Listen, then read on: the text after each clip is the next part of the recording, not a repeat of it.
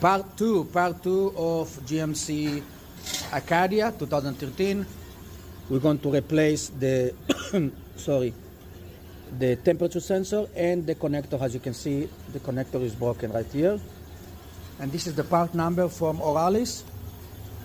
Standard TX133 or import direct, one of the two, 171211. The connector, the new connector, is standard from Oralis S1024. And this is the old temperature sensor.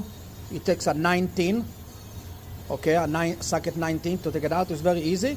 We're going to put the new one and let you know what's going on. Basado número 1.